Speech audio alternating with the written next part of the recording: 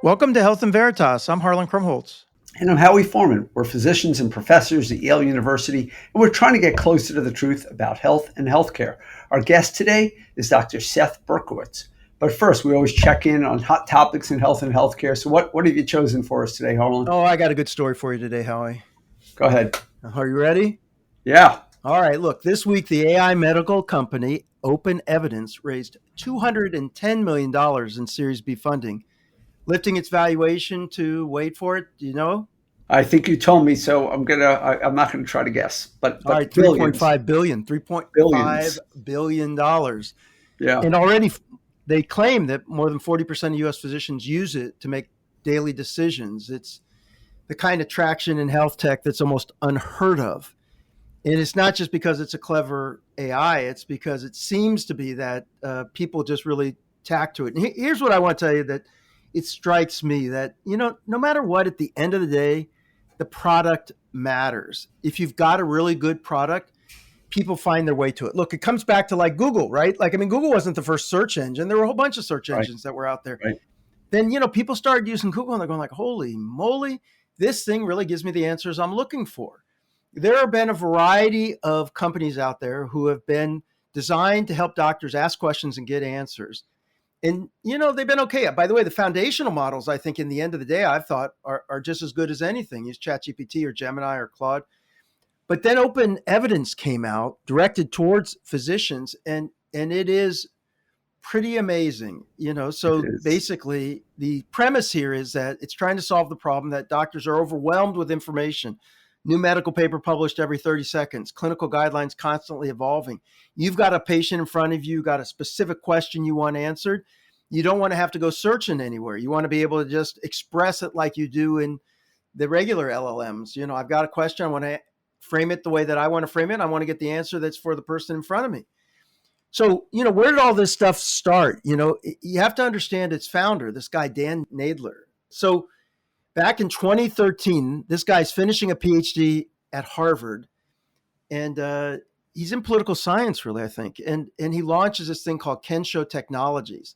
He'd done an internship at the Fed, and he sort of appreciated that a lot of people were making high-level policy decisions without really the information that they needed. And then they were sort of using Google, but they really weren't getting the answers that were most germane. So he starts thinking about what if we put a platform together that allows traders and analysts to ask complex data-driven questions using natural language, and so they combine machine learning, entity recognition, structured reasoning to extract insights from a chaotic market group of data. And he put this thing together that, again, productized in a way that people really liked it.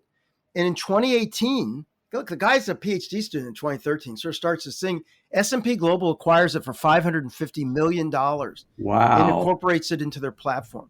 Wow. There's another lesson here. Like this guy, after doing this, sort of pivots now to medicine and wonders, can I do for medicine what Kensho did for, economics and for traders and for the market?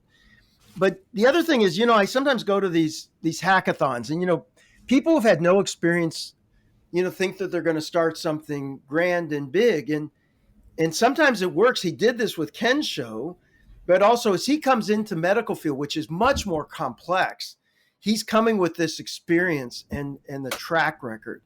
And so he comes together with another guy, Zachary Ziegler, who becomes his chief science officer. And they put together this thing that has trusted content, breadth and depth. And again, the productization is really good. You get the answers you want. Far used it a bunch. I don't see that it's hallucinating. Not once. And the model is basically that it's free to docs. They're making, they say, $50 million a month on ads. Wow. And, they're taking off like crazy. I'll just say quickly here, because then I'm interested in what you think. First of all, kudos to him. Kudos to the team. Done a great job. I've often wondered about the moat because, in the end, a lot of the LLMs have the capability of being able to produce something like this. But one of the things was he has licensed exclusive content rights from JAMA and New England Journal, and he's engendering a lot of clinician trust. And I think with everybody who's coming on with queries, he's also finding out that people like the answers. And so they're getting smarter faster.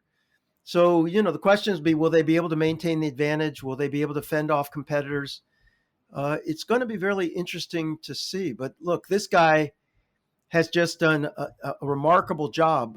It has no peer By right the way, now. immigrant Canadian. His Yeah, it grandfather, has. by the way, was in Auschwitz. This is a guy Wow. whose personal history of a family couldn't get in the U.S. So they Right. were sort of sent to Canada. Comes to Canada, ends up in the U.S. as an immigrant, built companies. Amazing. It has no peer right now, and it is remarkable. I mean, I personally, when I have a tough thing that I'm trying to figure out, if I put in just very, very simple information, it can give me very good focused differentials to consider. And then you can ask subsequent questions as you can with other LLMs, and it continues the conversation with you and helps you get to an answer. I think it's highly effective now. I agree with you that there may not be a moat around it. But as you said, sometimes brand name can be a moat. Google has certainly proven that for 20 years, the Google name has been a moat. It's a brand. Well, but they still, you use the search engine all the time. So if it degrades, you would know it. So you still have to be a good product. I'll tell you one last thing that's interesting to me is, so who had the natural advantage here? Elsevier. Elsevier owns Most of thousands the of journals, journals. got all Yeah, this content. They launched clinical key AI to really do this thing. But if you've used this in OpenEvidence, there hasn't been. Last time I used clinical AI was maybe 6 months or 8 months ago, and I didn't keep using it because I didn't right. find it useful. This is But very simple. this one, it sings, and we'll see if it continues to sing. It's But great. kudos to the team. I agree. Yep. Hey, let's get on to our interview, Howie. Some timely stuff here. Dr. Seth Berkowitz is a primary care physician and an associate professor of medicine at University of North Carolina at Chapel Hill, where he also serves as vice chief for research in the Division of General Medicine and Clinical Epidemiology. He is an expert in health equity and social policy. His research examines how material conditions and health-related social needs, such as food insecurity, affect health outcomes and how these conditions are shaped by broader economic and policy institutions. He studies both individually focused clinical strategies like medically tailored meals and structural policy reforms aimed at addressing both the root causes and downstream consequences of health inequities. Dr. Berkowitz received his bachelor's and medical degrees from the University of North Carolina at Chapel Hill and completed his residency in primary care internal medicine at University of California, San Francisco, and earned an MPH from Harvard while completing a fellowship in general internal medicine and primary care there. So first of all, I just want to welcome you to the podcast. It's great to have you here. I will, by background, just point out we've been avidly following the Healthy Opportunities pilot in North Carolina. We've reported on it a few times over the years. And one of the most recent times was when you published your JAMA paper on that earlier this year. And I thought maybe just for continuity's sake, if you could start off by just telling us what you found in that early publication in this longitudinal evaluation of the program, and maybe even just remind our listeners of the program. The Healthy Opportunities pilots are an initiative within North Carolina Medicaid that are done under the authority of a Medicaid 1115 waiver, which allows for programs and services that are not typically part of Medicaid to be done under the condition that they're likely to substantially advance the goals of the Medicaid program, i.e., improve health for Medicaid beneficiaries and be budget neutral overall. So that's sort of the statutory requirement. North Carolina is in the midst of a Medicaid transformation in a number of different areas through its Medicaid 1115 waiver. But one part of it that I kind of specifically focused on and was am the lead evaluator for is what has come to be called HOP, or the Healthy Opportunities Pilots. And HOP is a program that allows for the use of evidence-based non-clinical services to address social risk factors like food insecurity or housing instability or transportation barriers. And so it essentially operates by contracting with a network of community-based organizations, what we call HSOs, human services organizations, who provide things like food boxes or medically tailored meals or housing remediation services or transportation services for Medicaid beneficiaries who have both clinical criteria and who also have social risk factors like reporting food insecurity. So that's kind of the program overall. The paper you referenced was the result of what was called the interim evaluation, so sort of the halfway point evaluation of the program in North Carolina. In North Carolina, the program itself was started later than intended because of the COVID pandemic. And so, though it was supposed to be operating for 4 or 5 years in total, that was shortened a little bit because it started a little bit later. And so the interim evaluation was for about the first 18 or 19 months, so about a year and a half of services. So that's kind of the background of it. And what did you find? Because I think it's important for our listeners to understand that it's never purely binary. In our interim evaluation, at that time, about 13,000 Medicaid beneficiaries had enrolled in the HOP program, so a fairly large number. I should mention also that HOP, as a pilot, was only available in certain parts of North Carolina. It wasn't available throughout the entire state, so sort of three regions, largely rural regions, one in the western part of the state and two in eastern North Carolina. And so the overall evaluation focuses on a number of different things, and I'm going to mention this even though the paper doesn't focus on all of these, just because I want to be clear that these programs can affect many different areas of health. And so, though we're going to focus on one specific area, it's important to understand sort of the bigger picture. So we focus on a lot of different things like patient reported outcomes, the resolution of health-related social needs, healthcare utilization, care quality, care costs, and those kinds of things.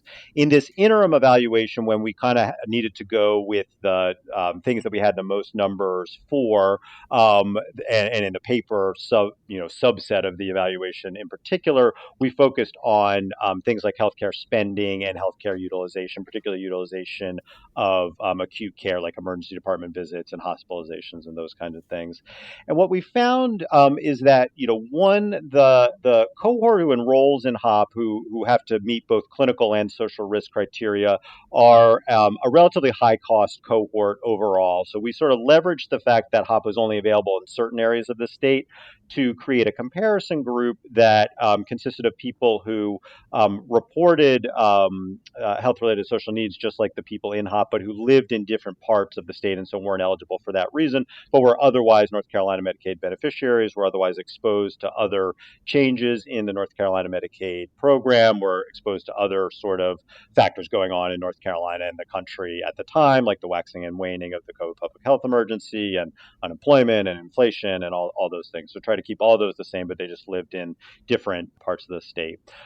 Even with that, though, it's a relatively high-cost group who enrolls in HOP, and healthcare spending is high around the time of HOP enrollment.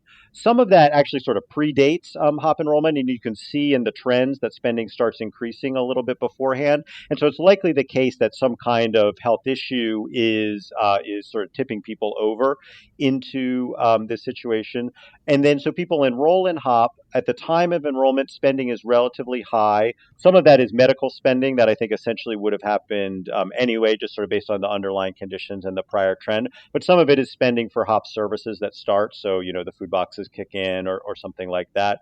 But then if you follow that over time, you start seeing that participation in HOP kind of bends the cost curve, so to speak, to sort of use a common phrase in the health policy world, where the decline in the trend of spending goes down more for people when they're enrolled in HOP than we think it would have had they not been enrolled in HOP. So if we estimate a counterfactual based on people's pre-intervention spending and based on what's going on for other similar Medicaid beneficiaries in the state, we think the spending would have been higher higher. The trend in spending would have been higher by about $85 per person per month in the trend. And so when you take those together, the higher spending at the beginning and then the decreasing trend over time, you wind up with, around month 8 of HOP enrollment, you get this sort of break even point, and then beyond that, spending is lower on a monthly basis, including both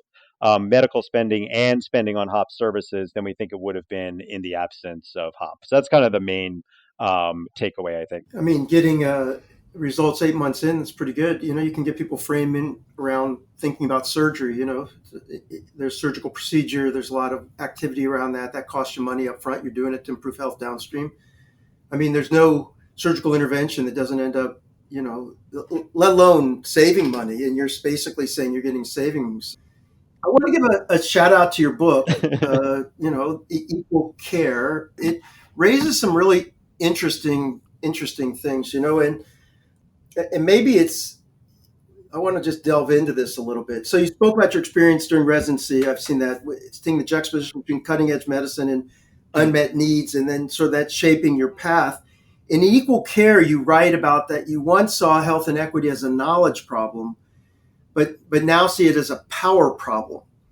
And I wonder if you could just sort of help us understand what that means. It's not really about ignorance, but it's about lack of power to act on what we know, and to allow sort of the continuation of this sort of patterns of treatment and social context that continues to lead to these differences. But can you just articulate a little bit more about what you were thinking about, maybe even why you wrote the book?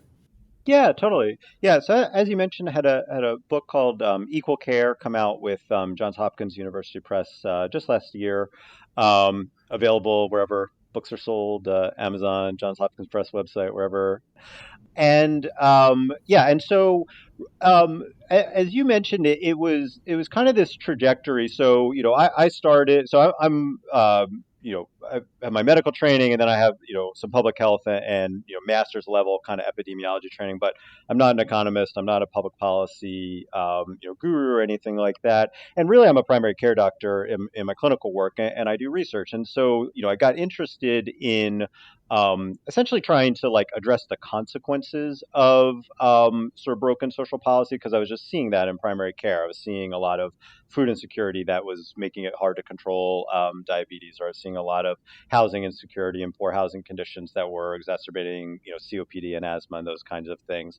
And so then the researcher part of me, which was that sort of knowledge piece, was like, all right, well, what do we need to know about how to better take care of these situations? And I do think there is stuff to know. We learned in doing the HOP evaluation, we learned a lot about how to run what are still essentially sort of clinical and not really public health or structural programs. And so there is more to know about the nitty gritty, the kind of food as medicine space, and using food insecurity interventions to improve health. There are some interventions that seem to be working well. There are some that have not had their intended effects, and there are nuances to intervention modality and how easy it is to adhere to, and the amount of benefit and stuff like that. So I don't want to say that there's nothing to know, nothing more to learn. And as a researcher, you always expect, well, you're going to call for more research and things like that. But at the same time, it just became more and more apparent as I like kind of kept chasing the thread of like, all right, if I want to address this issue, like what all right, if I need to address food insecurity, what do we need to do that? And I was like, well, why are so many people experiencing food insecurity? It's like, well, how could you stop people from experiencing food insecurity in the first place? And just kind of going on and on like that, just became very clear that like big picture, we kind of know how to do a lot of this stuff. Like we know relatively straightforward. I don't think they're easy in a sense of like getting everyone to agree on them, or like getting the votes for them and stuff like that. But in a technical sense, like they're very feasible to accomplish policies that are used in many places around the world with great success to just make it so that people have the conditions in which they need to be healthy. And so the power problem that I was sort of talking about was, although there can be nuances and it's always possible to improve and tinker with policies, and make them a little better on the margins and make them more efficient and those kind of things. Big picture, we know enough to know what we should be doing to create these conditions in which people can be healthy. The book kind of specifically goes into like, well, what would those policies be and whatnot. I'm happy to go into detail about that too here, but don't want to totally derail things. But big picture, we know what those things are, but it's this sort of power issue of like not, I think, having enough people collectively feel like that's what we want to do and can actually implement that as policy. I want to just give you an opportunity to speak about the moment that we're in right now, and hopefully cover just two different issues at once. One is that one of the central issues around your book is health equity, and health equity has been sort of blended together with all the politics around the phrase DEI right now. I personally, in the things that I get to do at Yale right now, have pushed back and said that you just can't compromise on the term health equity because it has absolutely nothing political involved in it. I think you do a great job laying out what health equity is, and the underlying justice issues that do exist there. But at the same time, we also now have this one big beautiful bill act that Harlan loves to talk about. He loves calling it a big beautiful bill, and it's now passed. And there are so many things in Howie, because there that's its name. that That's its name. But just saying.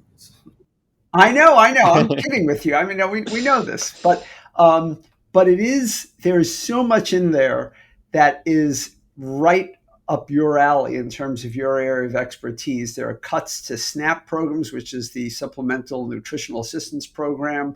There are cuts to Medicaid programs. There are changes in the way that even 1115 waivers, I think, can be evaluated. There are so many different things that are in there. But I do want to point out that one of the arguments that they would make, and by them I mean the people who voted it forward and signed it into law, is we're going to give you more money up front in terms of earned income tax credits and children credits. In other words, money for families that might need it. But we're going to take away money in other places.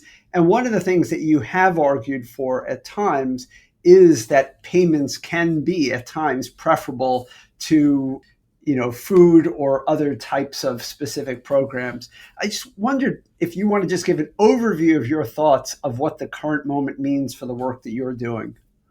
Sure. Yeah. I mean, I think it's a complicated time. I mean, we're talking about major changes in sort of bedrock social and public policies across the U.S. that's going to have just a lot of impacts in a lot of different areas. As you say, a lot of these are projections of what will happen. Some of the Medicaid changes may not come into effect until 2026. Others at different times and things like that. And there are going to be a lot of moving targets and those kind of things. But I do think there are a couple. I feel like I keep using the phrase "big picture," but there are a couple of big picture things that I try to focus on, just given how much is going on, how much uncertainty there is, and everything else.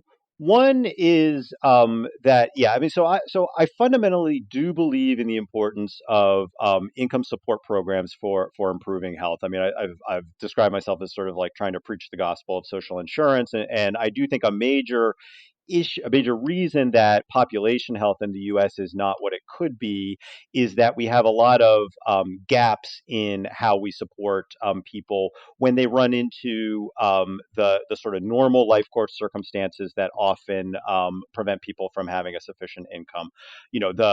On one side, people say, well, the reason that you don't have a sufficient income is you're lazy, you just don't work enough, or something like that. But if you look at demographics and things like that, it's actually not how it works. So about 40% of the population in the U.S. is either over the age of 65 or under the age of 18. So those are populations that you don't generally expect, go out and get a job as the right solution for income. And then about 10% of the overall U.S. population falls within what you might call working age 18 to 65, but has what people sort of understand as a good reason, or a reason that they're not going to support themselves primarily through paid labor. They either have a work-limiting disability, they're a full-time student, and so are looking to work later, but are just just in school right now. They're providing unpaid but socially necessary caregiving, like taking care of children or things like that, or they're unemployed, so temporarily between jobs. They're actively looking for jobs, but it's not in a job right now.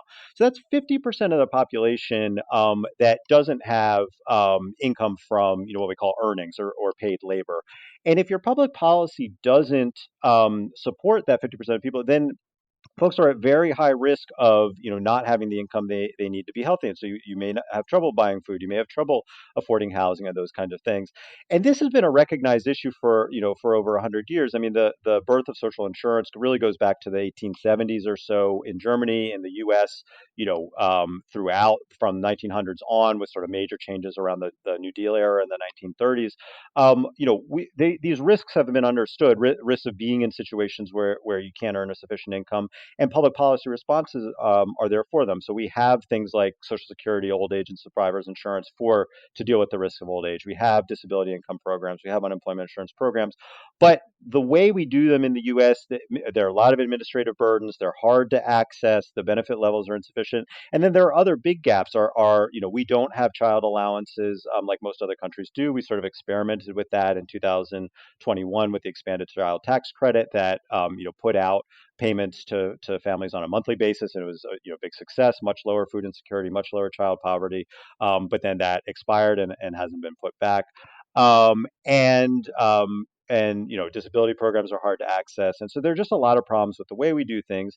In lieu of doing them in the sort of social insurance way, we try to do these what are sometimes called means tested or targeted policies that, instead of trying to prevent you from being in these circumstances, which I think is what the goal should be, we sort of wait until you're in dire straits, Right. but then maybe offer some help. So SNAP, I do a lot of work on SNAP. SNAP helps a lot of people. I'm not against SNAP in any way, but you have to be in a pretty low income situation to qualify for SNAP.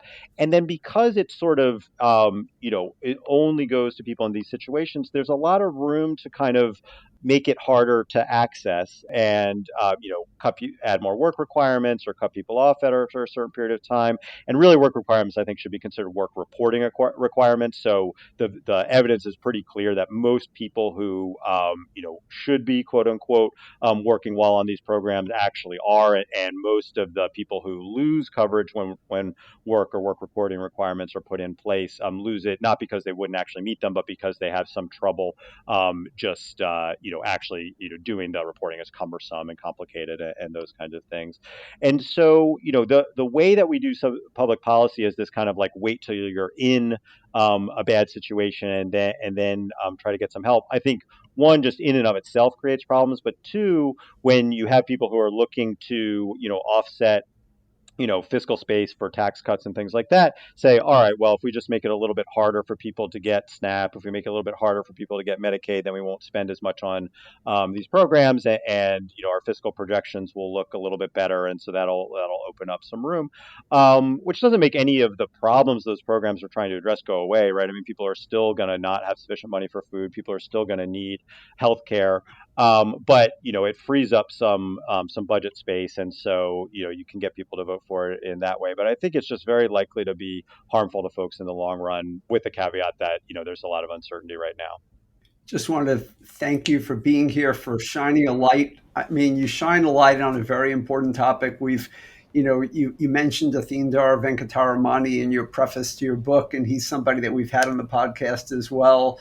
But this is one of those topics that we need to do more to illuminate and then to solve. But thank you for all the work that you have done and will continue to do. And thanks for being a thought leader in this area. Well, I mean, it really does make a difference that we have people who are on the front lines of caring for patients, also producing knowledge to help us tactically improve, but also at a higher level, like you said, and more in the normative area, sort of like how are we actually thinking about these things. So thank you. Just great work. Yeah, thanks so much. Really enjoyed the conversation. Hey, great interview. He's awesome. He's great. He's awesome. Yeah. He does so many things well. But let's get to one of my favorite parts of the show, hearing what you think. So what's on your mind this week? Yeah, so as the dust settles around the passage of the One Big Beautiful Bill Act of 2025, as we talked about earlier, and it's now signed into law, there's many subtle and not so subtle effects on healthcare. We've talked a lot about Medicaid, now today even about SNAP, but tucked inside this massive bill is something that absolutely will affect our medical education system. And frankly, I only first became aware of this a couple of months ago when a medical student told me that they were changing their specialty choice considerations because of these changes that they were anticipating. And so let me just break it down really quickly. First, let me just say, I was really fortunate to go to a 7-year public medical education program based at a city college in Stony Brook. The grand total cost of my tuition for college and medical school was around $17,000. And by that, I mean for all 7 years, tuition and fees, $17,000. I lived at home, and by that I mean with my parents in Brooklyn. So room and board was covered by Alice and David Foreman, inclusive of doting, love, and appreciation. I had a great deal, in my opinion, and I sincerely feel very fortunate. So that's probably another $2 or $3 million. Absolutely. Well, more than that. But nonetheless, most people don't have that benefit. And even if you factor in inflation, you would find that actually tuition for the program I went to has gone up way more than inflation. City College up 500%, Stony Brook up 400% in the same time that consumer prices have only gone up 160%. Medical education, undergraduate education are getting more expensive. Bottom line, if you want to go to medical school and you're not lucky enough to go to NYU or Einstein or a few others that can offer full rides, you're going to be taking on financial debt unless you come from a wealthy family.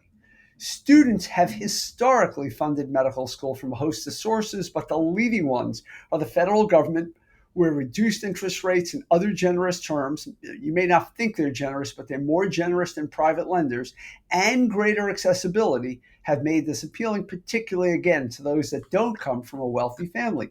The median medical student graduates with about $200,000 in debt, and the median 4-year cost of medical school is now around $400,000 from a private institution.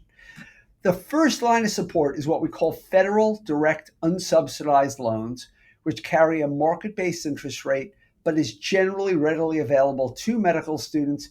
And while there is a limit to what they can borrow, it does afford a lot of medical students access to medical school. For the remainder, if that's not enough to pay for medical school, many students rely on what's called Grad Plus loans. Again, this is a loan available to professional graduate students, including medical students. It's only been available since 2006, and Grad Plus loans have a cap up to $200,000 lifetime and a slightly higher interest rate, but they've been a key source of financing, resulting in over $1 billion a year in medical student funding. So what's changed? The Big Beautiful Bill Act has many changes, including now a cap on direct unsubsidized loans, and the Grad Plus program is gone completely. So students who otherwise might have relied on that program will now have to rely on private loans, which are generally less generous and often more inaccessible. Then there's something called the Public Service Loan Forgiveness Program, which also was going to actually be axed during the negotiations, but was spared by the Senate parliamentarians. So that's the good news. The Public Service Loan Forgiveness Program, which allows people to write off their loans if they work within a not-for-profit system, that remains, and that still allows our students to pay off their loans to a degree. But there is yet more drama, and it's very serious here. In March, the president issued an executive order asking that the Department of Education revise the criteria for public service loan forgiveness. And just 2 weeks ago, the Committee of Jurisdiction at the Department of Education completed a negotiated rulemaking meeting that will now issue a proposed rule that'll come up very soon, which will be open to public comment, and then a final rule on the way to implementation next July 1st. In the simplest of terms, the outcome is likely to be that any institution that is engaging in, and I'm using my hands here to give scare quotes, a substantial illegal purpose will no longer allow the borrowers to have their loans forgiven. Now, what do they mean by this? We believe it's going to mean anything from if they provide gender-affirming care, caring for undocumented immigrants, or providing substantial material support to marginalized communities. And I could go on, but I think you get the idea. if they deem Yale New Haven Hospital ineligible for public service loan forgiveness, that could have a substantial impact on the residents who trained here and the fellows who trained here, should they otherwise be seeking that loan forgiveness. I do personally think, and I'm not a lawyer, that the courts would not readily accept the current definitions that they've been using and have been promulgating. But I do think this is still a big concern. Ever the optimist, I'm hopeful that this will not result in the nakedly political and ideological objectives of the current administration. But if it does, it could dramatically shake up our residents and the institutions that we all work at here and across the country. Wow, that's such a great segment. I missed that part of the bill. I didn't appreciate those kind of changes, and those are important. But I just say one thing, Howie. I mean, shouldn't we just break this whole system? I mean, it's a problem. I mean, look, no other country in the world does this. I mean, It's so expensive to train people, and then the care we give is expensive. No question, but you go to, if you're in Europe and you go to medical school, I mean, they have much of the experience that you had. I mean, in terms of that, right, if this is a social good for our country, shouldn't we be saying that, we do have expectations of people who become doctors, and we are going to make sure that there are no financial barriers to becoming, not even just barriers. We should say it doesn't cost anything to become a doctor, but in exchange, we have expectations of everyone who becomes a doctor doing certain things that are going to be part and parcel of contributing to society. I mean, can't agree with you more, Harlan, but I just think that reality, we're not going to change very much in the very short run, but we do have to push back at some of these things that are really trying to disrupt in a way that's going to harm our healthcare delivery system. Yeah, I know. So I'm 100% on the short term. Like, what do we do to mitigate the things that are coming down the pike? But I'm trying to get us look. If we wanted to project to what the world looks like in 25 years, we've talked about how medicine is going to be so different because of AI and all the kind of advances that are going to be made. But also, what do we think education ought to be like? How can it be made not just affordable, but maybe we should be rethinking the entire approach. Totally. And we've talked about, look, NYU has the 3-year program now. We need to probably think more about that. If it's expensive, figure out how to shorten it. How do we do it in other ways? I agree with you. Yep. Anyway, very good topic. You've been listening to Health and Veritas with Harlan Krumholtz and Howie Foreman. So how did we do? To give us your feedback or to keep the conversation going, email us at health.veritas@yale.edu or follow us on LinkedIn, Threads, Twitter, Blue Sky, or whatever social media you use. And we love your feedback, questions, anything about the things that you've heard here today. Feel free to rate us, and often, we'll get back to you. Very, very true. If you have questions about the MBA for Executives program with the Yale School of Management, reach out via email for more information or check out our website at som.yale.edu/emba. Health and Veritas is produced with the Yale School of Management, Yale School of Public Health. Thanks to our superstar undergraduates, Tobias Liu and Gloria Beck. This week, we had an amazing high school student from Groton, Miles Jong, who helped me with my segment. And thanks to our wonderful producer, Miranda Schaefer. Talk to you soon, Howie. It takes a village. Talk to you soon, Harlan. Thank you. When they're working with us, it takes a village.